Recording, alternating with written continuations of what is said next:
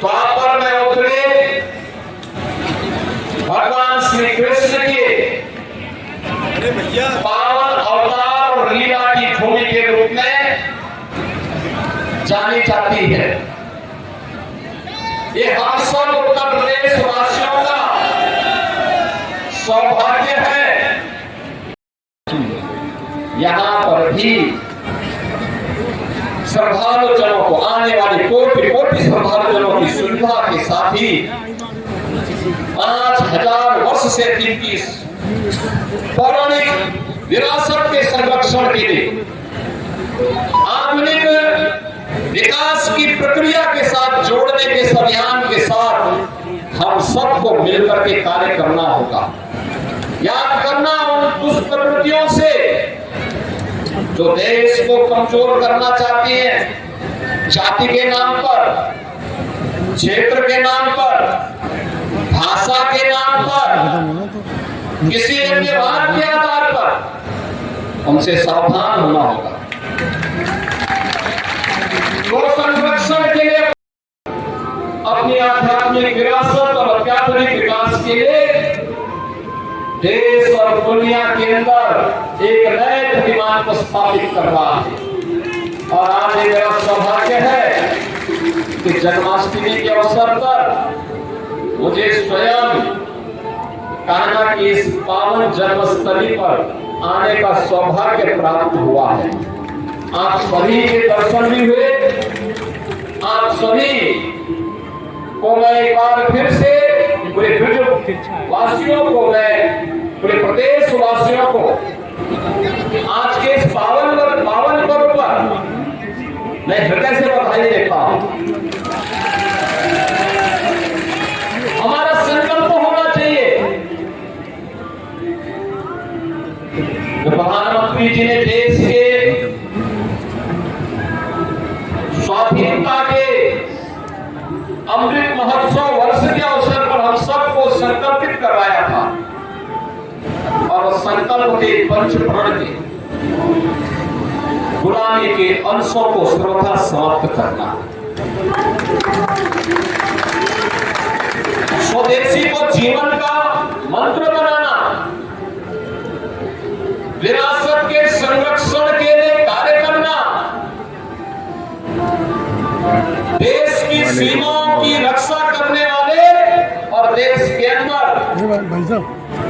आंतरिक सुरक्षा को बेहतर बनाने वाले जवानों का सम्मान करना और समता और सामाजिक एकता के लिए कार्य करना। भाइयों, आज जब हम काशी में जाते हैं तो काशी विश्वनाथ धाम हम सबके सामने पूरे वैभव के साथ देश और दुनिया को आकर्षित कर रहा है। अयोध्या में जाते हैं, 500 वर्षों की गुलामी के प्रतीक समाप्त हुए। अब श्री कृष्ण श्री राम जन्मभूमि पर भव्य राम मंदिर का निर्माण है, दुनिया को अपनी ओर आकर्षित करवा। हम लोग योग माया की उस पावन भूमि पर जाते हैं जो विंध्यवासिनी धाम के रूप में आज दुनिया को अपनी शक्ति का एहसास करा रही है।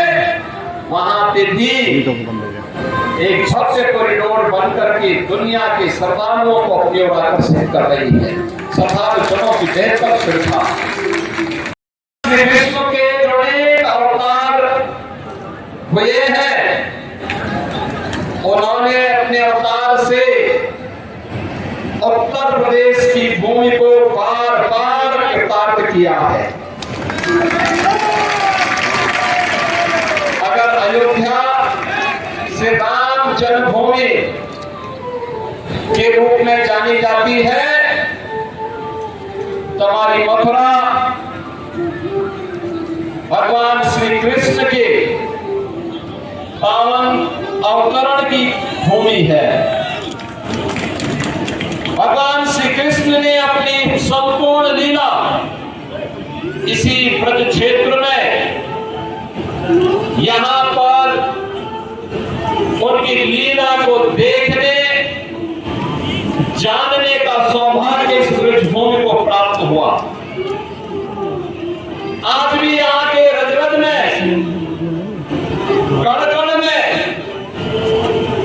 श्री कृष्ण की भक्ति, राधा रानी की शक्ति के दर्शन इस ब्रजभूमि में हम सबको होते हैं।